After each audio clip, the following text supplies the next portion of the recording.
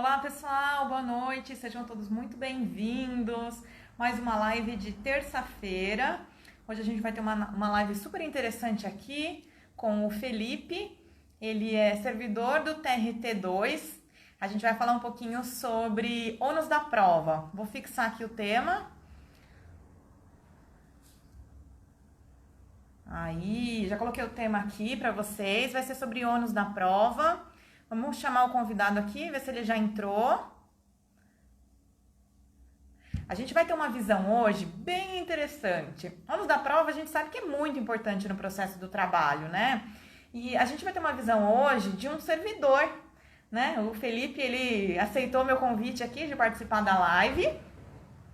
Ele vai falar um pouquinho com a gente sobre esse ônus da prova na visão dele, de servidor. Ele assessora um juiz. Vamos ver se ele já entrou aqui, eu vou convidar ele. Vamos ver. Ah, tá aqui. Vamos ver se ele consegue mandar para mim o convite. Você consegue mandar para mim a solicitação, Felipe? Solicitação de participação para eu te incluir? Deixa eu ver se eu acho aqui. Senão eu vou tentar te incluir. Peraí. É só você aceitar, a gente entra. Boa noite para todo mundo que está aqui. Pessoal que está sempre nos acompanhando. Olá, Felipe, tudo bem? Tudo bem, Aline? Tudo bom. Tá me ouvindo bem? Agora sim, né? Faltava pôr o fone. Agora eu tô te ouvindo. Vamos lá. Tava cumprimentando o pessoal que está aqui sempre nos acompanhando, assistindo a live, contando um pouquinho que você é servidor do TRT2. Conta um pouquinho essa história pra gente. Ah, tá. Bom, primeiro eu agradeço o convite, né? Para mim é uma honra estar aqui conversando sobre esse tema com você. E, na verdade, eu sou servidor do TRT aqui da segunda região em São Paulo há 9 anos, né? Eu entrei em 2011 aqui e antes disso eu já fui advogado também. Advoguei de 2007, mais ou menos, até 2011, quando eu fui nomeado para o concurso aqui, né? E meu contato sempre foi com a área trabalhista, né? Então, eu estagiei na área desde 2004, aí me tornei advogado, né? Cheguei a assumir uma área no escritório onde eu trabalhava, de trabalhista. Então, a minha formação toda, né, é voltada para direito de trabalho mesmo, né? Direito de trabalho e processo de trabalho. E desde 2011 estou no TRT, né? Comecei trabalhando em vara, né? Comecei trabalhando na vara de Cubatão e trabalhei na Baixada Santista, em Cubatão e Santos, durante um bom tempo, de 2011 até 2017. E desde 2017 fui convidado para vir trabalhar na segunda instância, aqui no TRT, né, em Gabinete de Desembargador. Né? E há um ano, mais ou menos, também que eu estou aqui nas redes sociais, né? Eu tenho um perfil, né? Fala Esse pra perfil gente aqui, para o pessoal te seguir aí, como que é? É o Felipe.Kakimoto, né? É um ano que eu faço, promovo um pouco de conteúdo aqui, tentando trazer um pouco da minha visão sobre o processo do trabalho, basicamente é processo, né? E meus posts são muito direcionados para isso, para tratar de algumas questões mesmo que eu vejo na prática, né? Que alguns advogados, eu vejo que eu noto, né, algumas necessidades mesmo, né, de quem está atuando na prática, a gente nota alguns, né, alguns deslizes ali e aqui, então eu sempre trago essas questões mesmo, sabe? E é uma forma também de alertar, né? Tem um site também, felipekakimoto.com.br, lá eu tenho todos os tenho o conteúdo em vídeo, tem alguns vídeos lá de algumas aulas que eu já fiz e está lá disponível, né, aberto para todo mundo quem quiser ver, né? Tem também os conteúdos que eu publico aqui e também tem alguns comentários da jurisprudência, né? Toda quinta-feira eu faço live semanal aqui também, toda quinta-feira às 9h30 da noite. Eu pego uns 3 julgados aí da semana ou julgados anteriores, mas sempre recentes, para aproveitar o tema do julgado e a gente tratar do assunto, né? Como é que é abordado na prática, né? E daí o julgado é só uma desculpa, né? Para a gente poder tratar daquele assunto. Então, por exemplo, na semana passada a gente falou um pouco sobre a gente falou sobre ônus da prova, inclusive, né? Foi um tema que envolveu a administração pública na terceirização e tal. Então a gente aproveita para falar dessas questões, né? O parcelamento do débito da execução, o artigo 916, enfim. E é bem legal, porque a Sempre gente acaba questões interagindo. polêmicas, né? São questões sempre questões que não estão uma coisa tão uniformizada, que gera um conflito de discussão, porque daí a gente abrange os dois polos, né? A gente atinge polo ativo e o passivo aqui, advogado, reclamante e reclamado. E é bem legal, porque a gente interage, cada um traz um pouco da sua experiência também, e daí a gente aproveita para conversar sobre tudo isso. Eu acho que a sua Mais ou visão menos isso. interna também, né? É uma visão um pouco diferente. Você já advogou, então eu tenho certeza que a sua Sim, experiência lá muda muito, né? É uma outra muito, visão muito. sobre. Quando eu entrei no TRT, eu advogava já uns 3, 4 anos, né? Eu me considerava, assim, experiente, né? Assim, eu falei, Uhum. vou entrar no TRT, vai ser de boa, né? Mas quando eu entrei, nossa, até os trabalhos mais simples, assim, era muito. Dá um embaralho na cabeça, sabe? Parece que você mudou de lado e você fica meio confuso, assim. E de fato, a visão daqui é um pouco diferente. Eu não sei explicar, eu tento passar isso, né, através das conversas que a gente tem, mas a gente acaba ganhando um pouco de uma visão diferente mesmo. É bem legal a experiência. Ah, eu agradeço o convite, né? Eu acho que vai ser bem Obrigado. interessante você passar um pouquinho dessa visão para a gente, né? Então, o Vamos nosso lá. tema hoje é ônus probatório. Acho que você podia começar falando da inicial, da distribuição, né? Inicial, como que é essa Uhum. distribuição inicial, né? Então, eu costumo dizer, né, sempre quando alguém me pergunta sobre isso, né, eu costumo dizer que a questão do ônus probatório, as pessoas deixam muito para pensar no ônus probatório quando vai fazer audiência, né? E, na verdade, eu sempre sugiro que não faça isso, né? Assim, desde o momento que, por exemplo, um advogado que atua para reclamante, ele vai ajuizar com uma ação trabalhista, né? Ele já tem como prever antecipadamente algumas questões, mesmo sem saber qual vai ser a matéria de defesa da reclamada, dá para você, diante da matéria que você está tratando e até da entrevista que você tem com o seu cliente, né? Na entrevista com o cliente vai dizer, vamos supor aqui, vamos trazer um caso prático para a gente poder conseguir visualizar melhor. Questão da jornada de trabalho, né? Se é um bancário que não tinha hora extra e o bancário vai chegar para você, advogada, e vai dizer, doutora, eu tenho hora extra, eu quero pleitear hora extras, mas eu não recebi hora extra porque a empresa me tratava como gerente. Então você já consegue presumir o que a empresa vai trazer de defesa, e a partir daí você consegue já vislumbrar qual vai ser o seu trabalho no processo, né? O ônus, o que é ônus do seu cliente, o que vai ser ônus da parte contrária. Tá? Então, tanto na petição inicial quanto na contestação, é muito importante que o advogado ele já faça esse trabalho, né? Antes mesmo de qualquer coisa, né? E até para explicar para o cliente qual vai ser o trabalho que vai ser feito no processo. Né? Olha, a gente vai alegar isso, nós vamos precisar desse tipo de prova, quais são as provas que a gente tem para isso, porque dependendo do que o cliente trouxer para vocês também de prova, doutora, eu não tenho essa prova, não tenho essa, às vezes não vale nem a pena, naquele momento, ajuizar a ação para aquilo. Né? Talvez seja mais interessante ajuizar a ação abordando a matéria, né, que já está pronta, né, para provar, e deixar as outras para um outro momento, de repente, enfim. Então, a questão do ônus probatório, bom, e uma outra questão importante também é entender que o juiz, quando ele julga um processo, né, ele vai pensar no ônus probatório, na verdade, quando houver ausência de prova ou quando essa prova for insuficiente. Né, porque a ideia é a gente pegar todo o conteúdo do processo, mesmo todos os elementos de prova, e a gente ver o que a gente consegue extrair desses elementos. Se esses elementos de prova eles já trazem os fatos que são necessários para a deslinde da controvérsia, a gente não fala nem distribuição do ônus probatório aqui, Sim. né? Porque vigora aqui o princípio da comunhão da prova, né? Então, assim, Uhum. independente se é, por exemplo, numa equiparação salarial, se o reclamante ele tem que provar a identidade e função, se é a reclamada que traz essa prova por acidente, a gente vai considerar da mesma forma, né? Porque não é porque não foi produzido pelo reclamante, sim pelo reclamado, que a gente não vai considerar.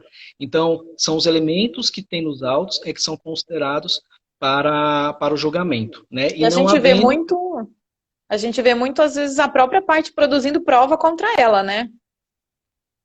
Sim, É. é. E daí a importância, né, de você parar para pensar realmente Uhum. qual é o seu ônus, né? Porque às vezes as pessoas chegam à audiência, né, e querem ouvir a testemunha a qualquer custo, né? E às vezes não precisa, né? Às vezes um dano moral, né? Geralmente dano moral, não sei, de repente uma ofensa, sei lá, num local de trabalho, a pessoa vai pleitear dano moral. em tese, em regra, o ônus é do reclamante, da parte reclamante, né? E se o reclamante não traz uma testemunha, às vezes a parte reclamada quer ouvir a sua testemunha, porque ela quer provar que de qualquer forma que não teve, né? E por acidente aquela testemunha acaba trazendo fatos que acaba confirmando o que o próprio reclamante queria, né? Sim. Então, por isso a importância de raciocinar mesmo como é feita essa distribuição antes mesmo da audiência, né? Fazer uma tabelinha mesmo. Quando eu era advogado, eu meio que fazia meio que uma tabelinha, assim, né, das matérias, né, o que alegou, o que não alegou, o que é ônus meu, o que não é ônus. Porque a audiência é muito dinâmica, né? Eu concordo que a audiência é muito dinâmica, o advogado tem que pensar muito rápido. Eu já fiz muita audiência também, como advogado, e às vezes isso gera um atrapalho mesmo, né? A gente fica, e se o juiz também não ajudar, fica naquela pressão, né? Não é muito, né? Se não for um juiz tão, né, gente boa, né, um juiz ou uma juíza. Mas, enfim, o fato é que o advogado tem que ir preparado para a audiência, pensando, assim, desenhado direitinho qual é o ônus de cada matéria, né? Eu costumo dizer que, apesar do nosso processo trabalhista ele ser muito simplificado, né, a gente tratar as coisas de forma muito simples, eu acho o processo trabalhista muito complexo, né? Porque, primeiro, que diferente do que acontece no processo, na área civil, né, a gente trata de vários pedidos numa mesma ação, né?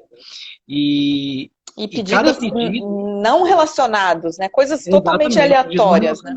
Exatamente. Pede uma rescisão indireta, depois pede um adicional de insalubridade, tem hora extra, né? E depois a hora extra tem multa normativa, enfim, PLR. Então, assim, traz várias questões que às vezes não tem nenhuma compatibilidade, né? Uhum. E cada uma delas, para cada pedido, é um ônus diferente, dependendo do que for alegado pelas partes, né? Então, é isso. Para a reclamada, né, é mais fácil identificar o ônus no momento da contestação, porque ela já sabe, claro, né, a tese inicial ali. Então, quando ela faz a sua tese de defesa, ela já consegue, inclusive ela consegue trabalhar isso, né? Ela consegue falar, eu vou por esse meio aqui, porque por aqui eu vou dificultar, eu vou levar o ônus para ele, eu vou dificultar, né? Então, para o reclamado, para o advogado reclamado, ele consegue trabalhar isso melhor na contestação e a partir do momento que o que ele for alegar na contestação, ele já consegue identificar ali o que vai ser ônus da empresa e o que não vai ser. Tá? Para o reclamante, resta a réplica, né? Aquele momento de manifestação, da contestação, né? Na época que eu advogado, eu advoguei em Pernambuco, tá? Eu não comentei, mas apesar de eu ser nascido aqui em Curitiba, eu morei muito tempo em Recife, desde criança, e lá tinha-se o hábito de, assim, na réplica, você só teria que falar ou sobre preliminar de contestação ou se manifestar sobre os documentos. Tá? A manifestação ela não servia para réplica, ela não tinha essa... Aqui em São Paulo eu vejo muito isso, o pessoal usa, impugna mesmo, né, os argumentos, todos, né? Uhum. E até o correto, porque o CPC, lá eu acho que 350, 351, ele fala que a parte autora, ela tem a oportunidade de se manifestar sobre os fatos impeditivos, modificativos ou extintivos que foram alegados na contestação. E isso nada mais é do que a tese de defesa em si da contestação, né? Às vezes a réplica ela vem quase como um aditivo, assim, né? Você fala, olha, eu não tinha conhecimento sobre tudo, vieram documentos novos, o que eu disse ali não é bem assim, é mais ou menos ali, então eu brinco que é quase um aditivo porque até muda, né? Algumas coisas que você falou, você tem a chance de reformular, né? Reformular. Sempre tomando cuidado para você não inovar na lide, né? Não, sem inovar, isso. O que acontece com certa frequência, né, e assim, é uma pena a gente ver, porque assim, às vezes o advogado reclamante, ele entra com ação e vai, de repente, estar pedindo ali diferença de verbas decisórias, tá? E ele junta o TRCT, junta tudo lá, diz que está faltando que não recebeu as verbas, na verdade não recebeu as verbas decisórias e tal. E aí a reclamada, quando vem contestar, ela diz que ele foi demitido por justa causa. E o advogado reclamante tinha o TRCT em mãos, tinha como saber disso, e ele não alegou em inicial, ele simplesmente omitiu esse fato. Às vezes omitem porque querem omitir mesmo, né? E às vezes não, passa despercebido, enfim, numa entrevista ali inicial Mas não deveria, né? Não deveria passar, sim. Mas enfim, sim. Independente do motivo, se é intencional ou não a omissão, isso é muito ruim, porque quando isso acontece, o reclamante vem em réplica para pedir a nulidade da demissão por justa causa. E aí, assim, tem alguns juízes que ainda apreciam tal, mas tem juízes que são muito rigorosos. Ele fala, não é mais o momento, você está inovando na lide aqui. Inclusive, a reclamada alegou que é por justa causa, trouxe o termo lá, trouxe ou não é por justa causa, ou é pedido de demissão, e a empresa trouxe lá o pedido. Enfim, então, é por isso que não dá para inovar muito na réplica, né? A réplica é para você se manifestar mesmo e, e utilizar aquele momento ali justamente para você ver, confirmar qual é o seu ônus ali, o que que você, diante do que você está impugnando ali, qual vai ser o seu ônus na audiência, tá? Quando a gente fala em distribuição estática, né, do ônus probatório, é mais fácil, né? Porque é a aplicação do artigo 818 da CLT, né, que agora traz, né, ao autor cabe o fato constitutivo do direito, ao réu, fato impeditivo, extintivo e modificativo, tá? Então tem como a gente prever isso. Quando a gente fala em distribuição dinâmica do ônus da prova, é diferente, né? Aí não tem como prever muito. Você consegue até identificar. Você, por exemplo, o reclamante vai entrar com uma ação contra o empregador e vai pedir a responsabilidade subsidiária da administração pública, por exemplo. E ali ele vai alegar a culpa, né, da administração. Diz que a administração não fiscalizou o contrato de prestação de serviços, por exemplo. Tá? E, bom, em regra, a culpa, né, por um dano, né, em regra, é um fato constitutivo. Né? E aí a gente vai atribuir à administração pública, né? Tem uma tese que se diz que é pela inversão do ônus probatório, tá? E tem uma outra tese que diz que é fato impeditivo que caberia direto a ela. Mas se for prevalecer a tese de inversão do ônus probatório, é uma coisa que você não tem como prever muito, né? Você vai alegar ali, mas você tem que ficar preparado, ó. Eu vou chegar em audiência, vou pedir a inversão do ônus, né? A administração tem que comprovar, e aí na audiência pede e o juiz vai decidir com relação à inversão. Então, o que eu quero dizer é, quando é distribuição estática, tal, é muito mais simples você identificar. Quando é inversão, não, aí você tem que parar, né, pensar que vai fazer o pedido, na audiência tem que fazer o pedido para inverter, né, se realmente for o caso de pedir, tá? Então, uma coisa que a gente pode sempre ter em mente para memorizar isso é que na distribuição estática, a premissa aqui é o interesse. Né? E na distribuição dinâmica, a premissa ela é a aptidão para a prova. Né? Quando eu falo na distribuição estática, né, que a premissa é o interesse, é aquilo assim, é a alegação que vai beneficiar o meu cliente. Então, numa equiparação salarial, por exemplo, se eu quero provar a identidade de função, a identidade de função ela beneficia a minha tese de equiparação salarial, a tese do meu cliente reclamante. Então, se beneficia ele, se o interesse dele, é fato constitutivo dele. Né? E mesma coisa, se eu vou alegar, por exemplo, tempo de serviço, tempo de função, a questão do mesmo empregador, as outras requisitos do artigo 461 são aspectos que, se provados, vão beneficiar o meu cliente reclamado. E se vai beneficiar ele, então o interesse é dele, então é fato impeditivo, modificativo, então o ônus é dele. Né? É diferente da dinâmica. Na dinâmica, a premissa é a aptidão. Né? Então, é quem tem a melhor aptidão para produzir aquela prova, que é o caso da administração pública, que tem todos os documentos de fiscalização, por exemplo. Sim. Então, assim, só para a gente pontuar, quem está começando na advocacia acha que o reclamante entrou, ele que tem que provar o direito. Nem sempre é assim, né? O ônus da prova ele é muito individual, não é uma coisa única do processo. Ele varia muito, pode ser que um pedido ele ganhe, um pedido ele tenha que provar, no outro não, e assim vai a distribuição, né? Quando a gente tinha o artigo 818, o anterior, antes da reforma, era até mais complicado, porque o artigo 818 dizia só que o ônus cabia a quem provasse, né? Quem alegasse, né? Isso. O ônus cabia a quem alegasse. E aí, às vezes, tinha assim, o reclamante disse que, um exemplo bem simples, o reclamante alega a falta de pagamento de um salário, por exemplo.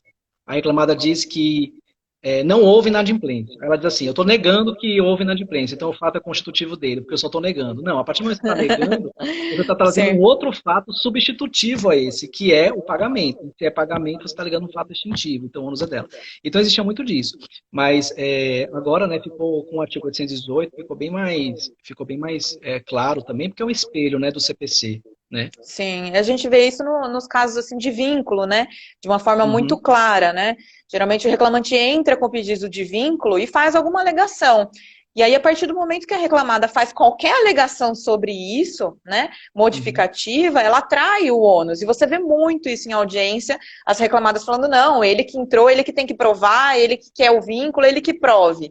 Mas aí ela pega e fala, não, ele ia uma vez por semana, ele ia 2 vezes por semana. Ela modifica qualquer coisa e não quer provar, né? Na verdade, é um novo fato, está trazendo um fato substitutivo aqui, né? Um novo fato para poder para aprovar, para tentar aplicar um outro direito aqui, né? Então o ônus acaba sendo dela mesma, tá? Em relação à inversão do ônus probatório, é muito importante as pessoas terem isso em mente, né? Assim, se o advogado decide que vai pedir a inversão do ônus, né, é muito importante que faça isso antes de começar a própria audiência, né? No início ali da audiência, já comunica o juiz, fala, excelência, tem aqui uma questão aqui da administração pública, por exemplo, né? Eu estou alegando a culpa da administração, eu quero pedir a inversão do ônus probatório, tá? Porque eu entendo que cabe a ela provar, já que ela tem aptidão para essa prova, né? E o juiz vai ter aquele procedimento do parágrafo 1º e parágrafo 2º do artigo 818 da CLT, tá? Da concessão de prazo, né? A concessão de prazo é muito importante.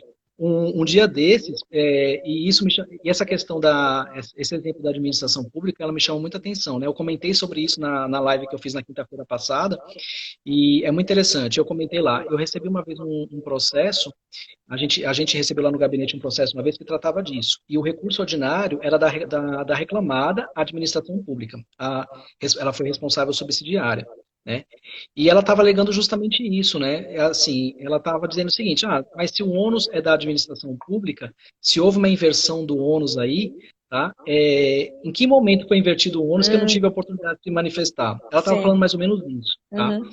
Só que, assim, duas questões, né? No final das contas, não teve provimento o recurso dela, mas são duas questões aí, né? Primeiro que geralmente essa fiscalização, ela se demonstra pela prova documental. Então, quando o reclamante ele alega que houve culpa da administração, tem que ficar muito de olho no que ela vai trazer de documentos, tá? Porque geralmente são os documentos que comprovam a fiscalização, tá? Porque quando a gente fala em fiscalização, a gente sabe que na prática mesmo, os entes públicos, eles são condenados subsidiariamente aí em rodo, né? Sim. E assim, às vezes até o fato de ter havido inadimplência, né, de uma determinada verba e tal, já condena, porque presume-se que ela não fiscalizou. Tá? Mas tem alguns juízes, tem turmas no TRT que entendem o seguinte, que o ônus probatório da administração, ela prova através de documentos. Se ela tem os recolhimentos de FGT, porque assim, a fiscalização é uma fiscalização geral ali do contrato de prestação de serviços e das obrigações trabalhistas. Então, recolhimentos de FGTS e INSS, né, pagamentos de salário, pagamentos de férias, tá?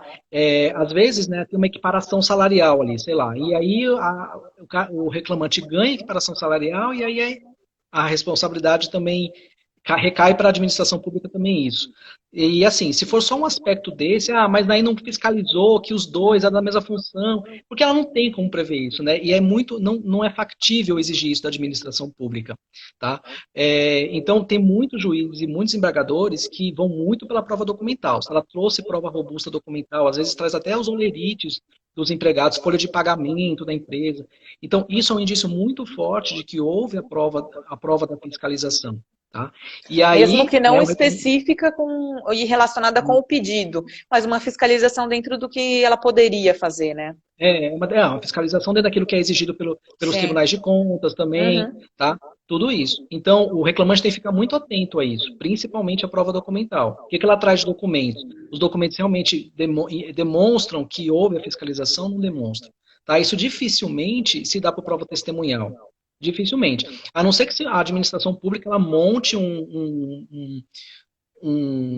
como se diz, uma comissãozinha lá de fiscalização e tudo mais, e ela queira provar que existe essa comissão que fiscaliza. Então é um outro indício também. Tá? Então o reclamante tem que ficar. Essa questão da administração pública é interessante por isso. Só que, só um detalhe, viu, Aline? E tem um entendimento do TST e da SDI, que foi o mais recente que eu peguei, né, é do ministro Cláudio Brandão, é um acordo de relatoria do ministro Cláudio Brandão. E ele fala que o ônus da administração pública, tá, ela não decorre o ônus que é atribuído a ela não decorre de inversão do ônus probatório, decorre do próprio artigo 818. Porque diz que o dever de fiscalização da administração pública, ela decorre de lei. Então, obrigatoriamente, ela já está obrigada por lei a apresentar essa prova em audiência, no processo. Então, não é um fato constitutivo invertido para a administração pública, mas é um próprio fato impeditivo. Quando ela alega que houve a fiscalização, ela está alegando um fato impeditivo do direito do autor. Então, isso é uma outra tese. Isso que eu acho legal, assim, porque às vezes a gente tem muita confusão num caso, igual a gente está falando assim, do vínculo, quando a reclamada faz uma alegação em defesa, impeditiva, e a gente passa o ônus da prova para ela, não está sendo invertido o ônus da prova. Isso nada mais é do que a distribuição normal do ônus da prova, né? É a distribuição estática. É a distribuição estática. Então, às vezes, em audiência, o juiz fala, olha, reclamada, vai provar sobre isso, tem prova sobre isso. Então, ele não está invertendo nesse momento. A inversão é um ato específico, né? Que você falou do prazo, tudo. Cabe recurso, né? Cabe recurso da inversão. Quando tem a decisão de inversão, né? Se houver a inversão, a decisão do juiz tem que ser uma decisão fundamentada, né? E assim, geralmente o juiz vai decidir ali, né? Antes da audiência, se precisar adiar a audiência, ele vai adiar também, para poder dar oportunidade para a parte adiar. Mas o fato é que cabe recurso, mas depois da sentença, né? Porque no processo trabalhista não cabe recurso de imediato, né? Das decisões, é uma decisão interlocutória. Então, de imediato seria o protesto só. Se acontecer isso, é só protestar e depois, se for para judicial, recorrer, seria isso? Isso, vai protestar em audiência imediatamente, protesta e recorre em audiência. Se aquilo dali for gerar alguma nulidade, por exemplo, se houve alguma nulidade ali na questão da inversão, você alega isso em preliminar de recurso. É preliminar de recurso. Mas se você for discutir só a questão do ônus probatório, você vai alegar no mérito do recurso, junto com, lá no mesmo tópico do objeto, aquela matéria que é objeto da inversão. Então, se houve inversão aí em relação à administração pública, né, a fiscalização, que é o que a gente está falando mais aqui, né, e fica fácil de entender. E aí, se discutir essa questão da culpa, quando você a parte que for recorrer e for discutir essa questão da inversão do ônus, ela vai discutir no próprio tópico que trata da responsabilidade da administração pública. Não vai tratar em preliminar, porque não é uma questão preliminar, né? Muita gente alega esse preliminar, só que quando a gente vai lá na turma, quando vai se fazer o acórdão e tal, a gente joga e julga no mérito, porque é o momento adequado de apreciar isso. Tá? Então, preliminar de recurso, né, saindo um pouco do tema aqui, a preliminar de recurso é aquelas questões dos pressupostos, recursais, alguma nulidade, né? Muita gente alega preliminar, sabe o que muita gente alega em preliminar de recurso? Às vezes a contradita de uma testemunha, né? E assim, se não é uma coisa que vai gerar nulidade do processo, você vai alegar essa contradita, você alega no próprio mérito mesmo. Então, né? a preliminar seria se não for concedido o prazo, por exemplo, inverte o ônus da prova sem conceder o prazo, a protestos do advogado, aí sim seria um caso de nulidade para ser alegado em preliminar. Se ele inverteu, se ele inverteu o ônus e não deu a oportunidade para ela produzir a prova, né? Se recaiu para ela o ônus probatório e ela não deu a oportunidade e ela teve prejuízo no processo, cabe um pedido de nulidade no recurso. Tá? Sim. Cabe até embargo de declaração também, mas é uma questão típica de recurso, porque você está buscando a reforma mesmo. Tá? Você pode até provocar o juiz de primeira instância em embargo de declaração a se manifestar sobre isso. Tá? Essa questão. Se ele não falou nada, tal, você pode até provocar. Mas, às vezes, acho que é melhor, às vezes, até falar porque eu acho difícil embargo de declaração, o juiz anular. Eu acho mais uma questão de modificar a sentença mesmo, né? Uma questão de revisão aí, e aí mandar para o TRT. Né? Outra coisa. Assim, às vezes acontece o juiz inverter o ônus, né? Às vezes sem dar oportunidade para outra parte. A parte teve um prejuízo, mas ela não foi sucumbente no processo. De repente, foi improcedente a ação, vamos supor, inverteu o ônus para a reclamada, né? Ela foi prejudicada ali na questão da probatória da audiência, mas a ação foi julgada improcedente. Então, nesse caso, o que acontece? Ela não teria interesse para recorrer e entrar com recurso de revista.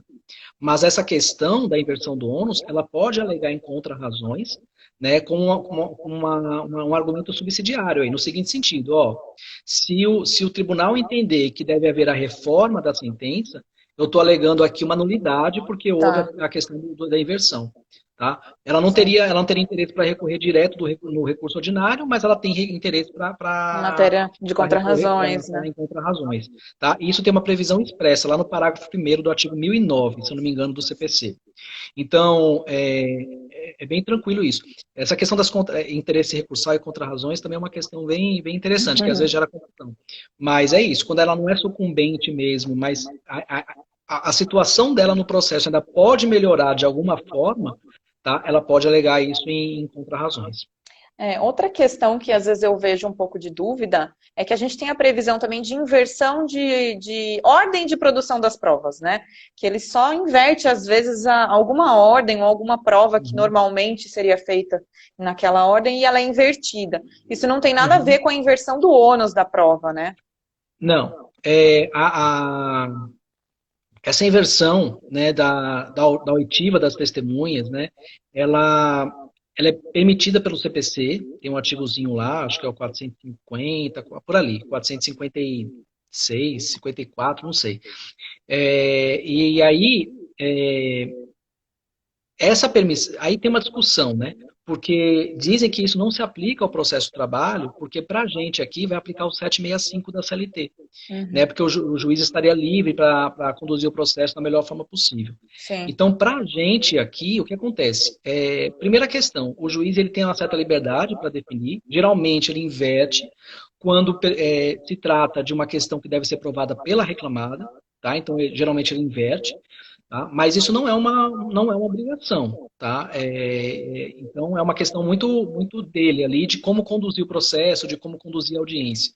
Né? Às vezes para ele fica mais fácil conduzir as provas daquele jeito, porque fica até mais fácil para ele decidir o que precisa ainda ouvir, o que não precisa, né? Porque daí o juiz está sentado na audiência já pensando na sentença, né? De como é que vai ser.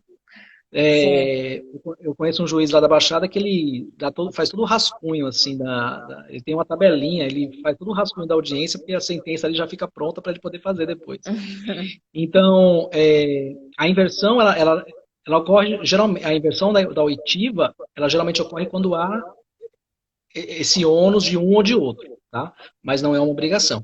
E segundo aspecto, isso não gera uma nulidade, tá, Aline?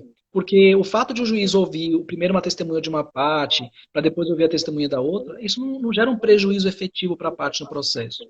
Entendeu? Então, a gente só pode falar em nulidade quando há prejuízo, né? A parte tem que provar o prejuízo. E se mesmo com a inversão da oitiva da prova, da oitiva da testemunha, né? A parte ela conseguiu se desincumbir ali ela conseguiu exercer, né, o direito de provar ali, ouvir outras testemunhas, né, ouvir a outra parte, enfim, não haveria prejuízo. Então, provavelmente, numa alegação de nulidade, num recurso, não haveria procedência, entendeu, nesse tipo de alegação. Legal, isso é bem interessante da gente diferenciar, né? Porque o ônus da prova, ele em audiência mesmo, ele é bem confuso, mas a gente vê que as repercussões dele começam na inicial, aí tem a contestação, depois a audiência, depois a sentença, aí vai para o recurso, então ele traz uma reflexão muito grande no processo do trabalho, né? Isso que é bem interessante, assim. Se assim, a audiência já, como a gente está falando, a audiência já é dinâmica, né? Aí tem esse embaralho de matérias, embaralho de ônus probatório, aí chega na audiência, o juiz ainda inverte a oitiva. Isso gera uma confusão. Gera. E por isso que é importante, né? Vai com tudo anotado, quais são as matérias que vão ser objeto de prova oral na audiência, qual é o ônus de cada uma. Se o juiz inverter, não tem problema nenhum, é só você manter a mesma ver ali o que realmente está sendo provado, já vai dando, está provado, se não está, esse fato já foi provado, esse não foi, tá? A inversão da oitiva aí é só uma questão de você inverter mesmo, não tem muito mistério, tá? Mas o ônus, né, continua, o ônus ali continua o mesmo, a não ser que haja inversão propriamente dita do ônus, né? Que é diferente. E isso daí pega muito advogado despreparado em audiência, né? Sim, eu vejo muita inversão, assim, que às vezes o advogado não sabe nem o que está se passando, o que eu faço agora, o que eu alego, né? Eu vejo muita confusão, assim. Acontece muito porque muitos advogados não vão preparados, efetivamente preparados para a audiência, entendeu, Aline? Eu vejo dessa forma, sabe? Eu acho que tem que ir com tudo, assim, tem que ir com o processo na ponta da língua em audiência, até mesmo porque se surge uma questão incidental na audiência ali, o advogado tem que ser muito rápido para poder protestar, ou para poder, né, pela ordem, excelência, enfim, né, chamar a atenção. Então... Eu anoto até as folhas e o ID, porque tinha uma juíza aqui da minha cidade, tudo que você ia falar, ela falava, que folhas está isso? Que folhas está isso? Nossa, se você se enrolasse, pergunta indeferida. Então, assim, você tem que realmente ir com o processo na ponta da língua, Tem que entender, Sim. né? Vê muito advogado que Uhum, às vezes pega a pastinha ali na hora, meia hora antes, senta no banco para folhear, aí uhum. realmente é pego de surpresa. O cliente já não, né? Geralmente o cliente sai da audiência, ele balança a cabeça e faz, e aí, me explica, o que que aconteceu? Eu não entendi O que nada. aconteceu? Sim, o cara fica meio perdido lá dentro, né? Coitado, né? Ele vai só para poder prestar o seu depoimento e tudo mais. E uma outra questão também que gera muita confusão é em relação ao depoimento das partes, né? Porque muito advogado ainda alega, eu vejo muito advogado alegar, assim, eu consegui provar o fato, o advogado é do reclamante. Aí fala, o fato está provado pelo depoimento pessoal do reclamante, né? E assim, o depoimento das partes não é prova, né? Uma coisa que a Sim. gente tem que frisar aqui, que não, assim, é uma prova, claro, mas é uma prova, pelo depoimento das partes, se busca a confissão delas, né? Não se busca Sim. provar o fato. Se o reclamante confirma o que está na inicial, o reclamado confirma o que está na contestação, isso não tem efeito prático nenhum para Pro o julgamento, julgamento né? dele, Sim. né? Porque ele simplesmente está confirmando. Agora, se ele alega fato contrário, né, que vai beneficiar a parte contrária, aí é uma confissão expressa e isso vai ser considerado. Então, É. até em audiência mesmo, né, advogado de reclamado fala, eu quero ouvir o preposto, sabe? E assim, se você quer ouvir o preposto, a única coisa que você vai conseguir do preposto é uma confissão. Então, para que você quer ouvir o preposto? Né? Se você quer ouvir a outra parte, beleza, eu quero ouvir a outra parte. Né? Inclusive, a oitiva da outra parte é um direito, né, da parte contrária também. Né? Muito juiz indefere a oitiva das partes. Mas se tiver uma questão relevante ali que se busca a confissão da parte contrária, a parte tem direito. Eu já vi julgamento, eu já vi sentença no TRT sendo anulada porque o juíza de primeira instância, ela não quis ouvir, ela indeferiu a oitiva Hum, das partes. Pode ser que sim. para ela, naquele momento, não seja importante, não seja relevante para o julgamento que ela vai fazer, né? Mas, às vezes, o advogado está com uma estratégia na cabeça, né? E ele quer ouvir a outra parte, né? Sim. Então é um direito das partes, isso pode gerar nulidade, tá? Só que assim, pedir o depoimento da parte contrária, né? Nunca pedir o depoimento da própria parte, porque o máximo que você vai conseguir é a confissão, né? Então a gente vê muito isso na prática, né? Eu já fui secretário de audiência também, já tive ali do Ah, lado de então. juiz, né? E eu sei mais ou menos como é que se dá também. Além de ter participado de audiência como advogado, eu participei como servidor. Então você tem Então, bastante caso prático para contar pra gente. a gente vê de tudo, viu, Aline? Pra ser sincero. Você é advogada, quem é advogado aí sabe, né, que na X trabalho acontece de tudo, né, um pouco. Então, mas é isso que a gente vê muito de pessoal se embananar com relação à prova aos depoimentos pessoais, é isso, sabe? Sim. Pedir o depoimento da própria parte, não tem cabimento.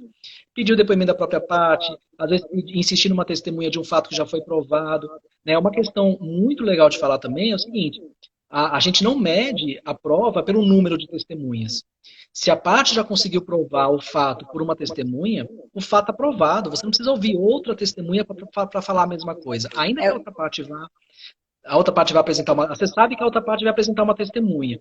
Tá, mas você já conseguiu provar. O que vai ser levado em consideração no depoimento, na hora do julgamento é a qualidade do depoimento de cada testemunha. Então, e não o número de vezes que aquele fato foi mencionado. então, Entendeu? ela é qualitativa e não quantitativa, né? Então, é Exatamente. pela qualidade do depoimento e não pela quantidade de pessoas que vão Exatamente. confirmar a mesma coisa, né? Exatamente. Se a gente tem dois depoimentos totalmente contraditórios em si, né, a gente vai analisar, ou a gente vai pelo ônus probatório, né, se for uma coisa que a Aham. distribuição estática, tá? E daí é, a- fica, fica sucumbente a parte sobre a qual recaiu o ônus probatório, ou então a gente vai pela qualidade do depoimento de cada uma mesmo, entendeu? Às vezes Sim.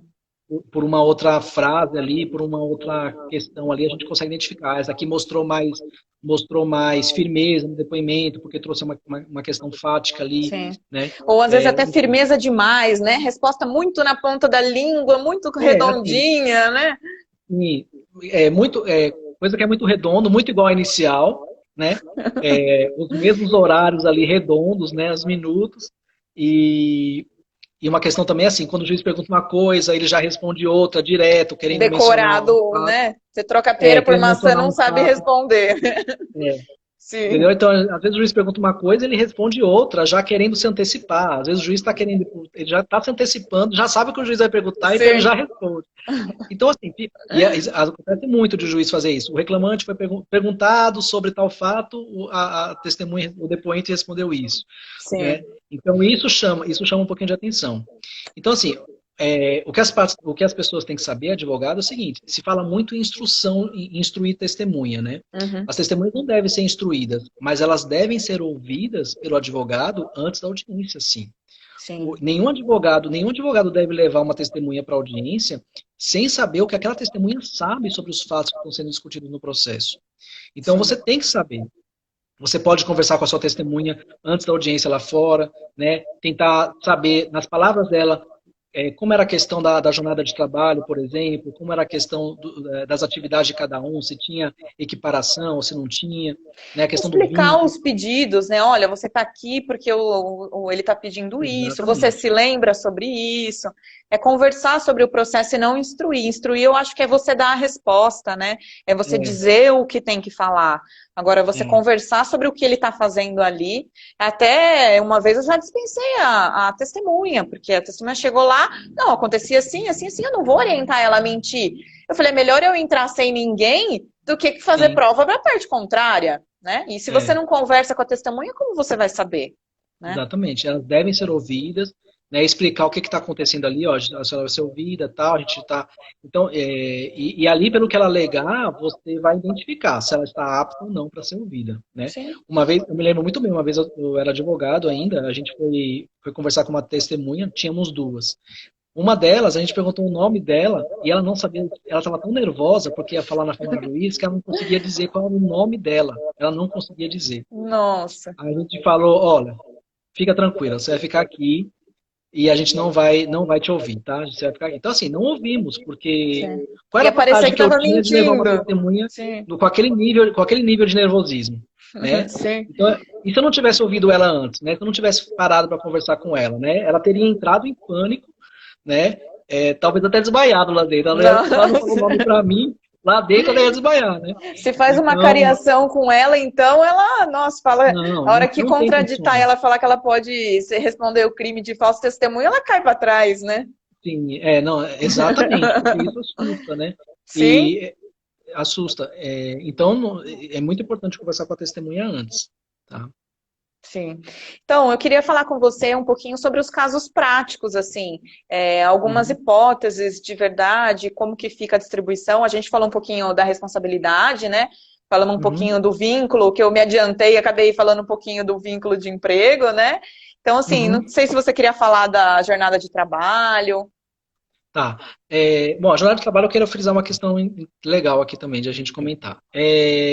A gente sabe, todo mundo tá craque, né, de saber que a gente tem a súmula 338 lá, né, que fala da questão da juntada de documentos.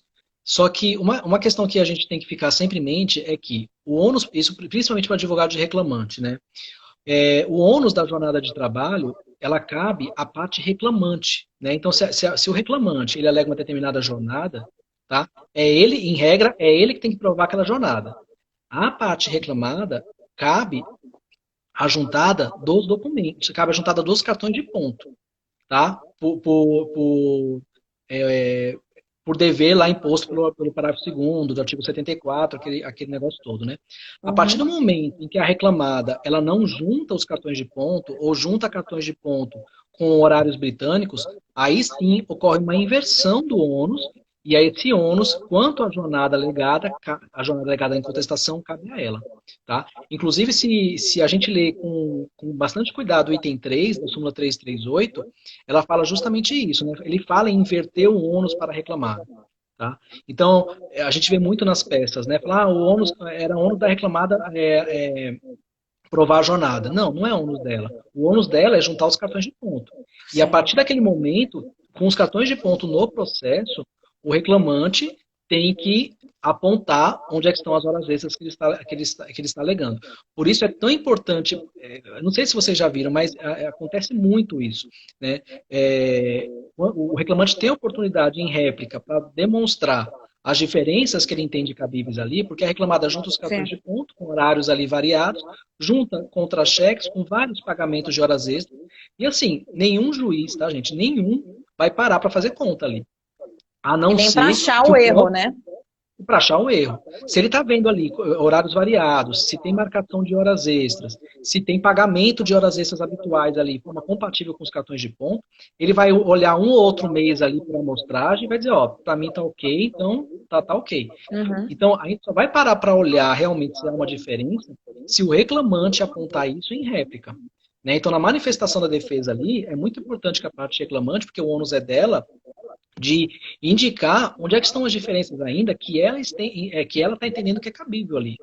E a partir do Sim. momento que ela aponta, aí nós vamos direto a onde ela está apontando, aí vamos averiguar, né? E aí a gente vê se o apontamento dela está correto ou se está baseado em algum cálculo ou alguma anotação equivocada. Né? Sim. Então, a jornada Isso de quando trabalho. reconhece os controles, né? Porque ainda o reclamante pode negar os controles ou alegar alguma coisa Sim, que seria prova também dele em audiência. isso é uma coisa também que o advogado tem que saber. Ele vai impugnar os controles de horário ou não vai impugnar? Porque se Uhum. ele for impugnar, ele tem que fazer isso de forma expressa, tá? Porque tem juiz que, na hora de. O advogado não impugnou. Chegou na audiência, o advogado do reclamante quer provar a jornada. O Uhum. juiz vai dizer, doutor, o senhor tem a oportunidade para impugnar, o senhor não impugnou. Se o senhor não impugnou, eu estou presumindo que aqueles cartões que estão com horários variados ali estão corretos. Então, eu não Sim. vou ouvir prova testemunhal com relação a isso. Tem juiz que não ouve testemunha se a parte reclamante não impugnar os cartões de ponto. A não ser que os cartões de ponto estejam britânicos, né? Aí é uma outra questão. Sim. Aí vai ouvir a testemunha da reclamada se ela tiver, né? Então ele vai presumir a jornada do reclamante. Tá? Então, isso é uma questão importante. Férias também. Quando a gente fala em jornada, às vezes o empregado quer provar que não usufruiu férias, ou a reclamada quer provar que usufruiu, enfim. Igualmente, a gente vai considerar os cartões de ponto também, porque os cartões de ponto, né, que vai demonstrar se houve trabalho ou se não houve trabalho naquele período, né? Sim. Eu vejo muita gente alegar férias como se fosse uma coisa dissociada de jornada. Só que férias está junto com jornada, porque é os cartões de ponto também. E a partir do momento que o juiz diz assim, os cartões de ponto são inválidos, né? Isso reflete também um eventual pedido de férias, ele em dobro, porque sob a alegação de que não usufruiu ou porque usufruiu, enfim. Então isso Se acaba é refletindo inválido, é também inválido inteiro, né? é válido inteiro, exatamente. Sim. Então ele não vai, É. isso vai ser levado em conta também para a prova, É. para as férias, né? Comentaram aqui, né, que na maior parte das vezes os colaboradores são coagidos a assinar o cartão de ponto. Não diria na maior parte, mas acontece. E aí, quando isso acontece, você tem a oportunidade da prova em audiência, né, com testemunhas, com outros tipos de prova, né? Sim. E assim, essa questão de forçar a assinar eu vejo uma questão meio irrelevante, sabe, Aline? Porque assim, estando assinados ou não estando assinados, os cartões de ponto, eles podem, mesmo que não estejam assinados, eles podem ser validados, porque a assinatura não é um requisito de validade de cartão de ponto. A Uhum. CLT não prevê isso. Entendeu? Muita gente alega isso realmente. Os cartões de ponto não estão assinados pelo empregado. Tá, mas não é obrigado a assinar. Os cartões de ponto, principalmente se for cartão de ponto eletrônico, é claro que a ausência de assinatura num contexto de prova, em que de repente, sei lá, o ponto era marcado pelo fiscal, vamos supor, e além de ser marcado pelo fiscal, não estava assinado pelo reclamante. Então, assim, agrava a situação, né? Então há um indício maior de fraude aí. Mas, em tese, Uhum. se são pontos, são marcações eletrônicas, em regra, são marcações eletrônicas, e não tem assinatura do reclamante, assim, esse argumento de ausência de assinatura não é um argumento muito forte, entendeu? Para poder tentar reformar a sentença, tá? Talvez seja um argumento só para conseguir a produção de prova em audiência, né? De Uhum, impugnação, um argumento de impugnação só para uhum. conseguir jogar para a audiência, né? Não está assinado, não reconheço porque não está assinado, mas isso não me isenta de produzir a prova do verdadeiro, né? Senão ele vai ser validado, né? Sim, sim. Sim, é um argumento. Só que eu vejo assim, é sempre um conjunto de fatores, sabe? Eu acho que só a questão da assinatura, eu acho que, na minha opinião, né, sincera, eu acho que não repercute muito. Não é porque não é um requisito, entendeu?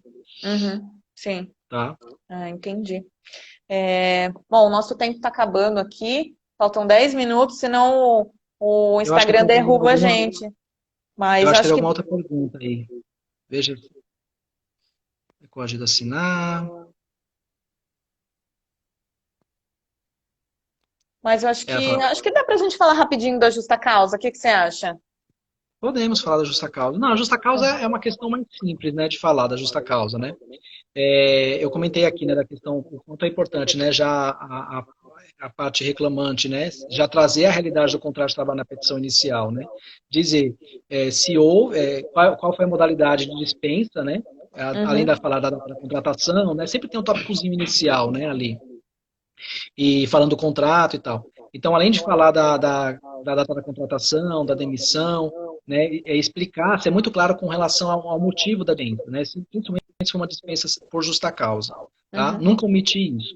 Porque, assim, a questão da justa causa, se o reclamante ele pede a nulidade, se ele alega que foi pedido por justa causa e pede a nulidade, né, cabe à reclamada provar essa justa causa. Né? A falta grave cabe à reclamada pelo princípio da continuidade da relação de emprego.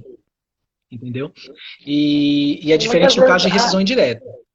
a reclamada não tem provas suficientes, né? O reclamante só leva a juízo, Exatamente. a reclamada não consegue provar, ou porque ela não fez uma sindicância correta, às vezes não, nem que o Uhum, motivo não aconteceu, mas que ela não fez a instrução correta dessa justa causa, e acaba uhum, perdendo por isso, né? Por não ter provas suficientes, né? sim. O ônus da prova nesse caso da falta grave vai ser sempre da reclamada, né? Uhum. Bem, eu tô vendo sua imagem travar, Tô te ouvindo sim.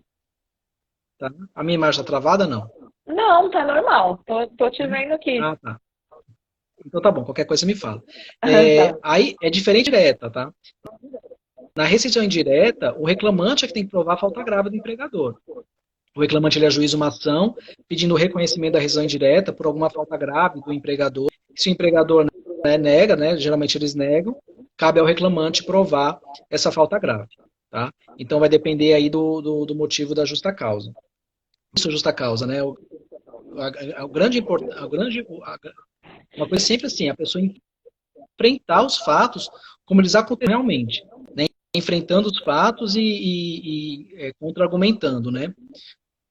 Para não cair para um problema da omissão, né? E tentar depois consertar lá na frente, porque daí fica difícil consertar depois. Sim. E até na justa causa, às vezes o reclamante ele quer dizer que nunca fez nada ou que nunca aconteceu nada. E é importante ele trazer, não, já tive advertência, mas foi por isso, foi por aquilo, mas essa daqui eu não concordo, essa eu não fiz, né? E trazer a realidade, né? Exato, enfrentar os fatos, né? É o que eu Sim. estou falando, tem que enfrentar, não dá para ficar. Né? Se puder enfrentar, se for fatos que já dê para impugnar logo na inicial, né? Falar, não tem problema nenhum, né? O importante não. Porque, assim, eu vejo isso, tá? Às vezes a gente nota a omissão da parte, omissões mesmo da parte Uhum. em peças, em recursos, e assim, isso dá um nervoso, a parte está omitindo isso. A gente já vai atrás, né? Por que a parte está omitindo esse fato? A gente Sim. corre. Então, assim, quanto mais a parte for muito clara e enfrentar realmente, se houve uma advertência, você acha que a empresa vai juntar essas advertências, né? Ela pode falar que realmente passou por algumas advertências, mas são todas inválidas por isso e por aquilo, Sim. né? Enfim. Realmente enfrentar os fatos como os fatos realmente aconteceram. Eu acho que quanto mais sincero, mais objetivo, né, e mais direto mais incisivo você for na impugnação de alguns documentos, né, e dos fatos, eu acho que é melhor para a parte, né? Minha opinião pessoal, eu penso assim, sabe, Aline? Legal. Bom, Felipe, queria te agradecer muito por aceitar o convite, por participar aqui da nossa live de terça-feira. Já queria deixar o convite para as próximas. Eu acho que você tem muito assunto Ah, para não, pode. falar para a gente. Você consegue trazer Uhum. de uma forma prática, didática. Eu acho que foi bem legal. Eu espero que o pessoal tenha gostado aqui também. E queria te agradecer se você quiser fazer as considerações finais. Bom, eu que agradeço a oportunidade de a gente conversar um pouco, né? Para mim é um prazerzaço, assim, falar sobre o processo de trabalho, porque eu amo de paixão. O ônus probatório é muito gostoso de falar, né?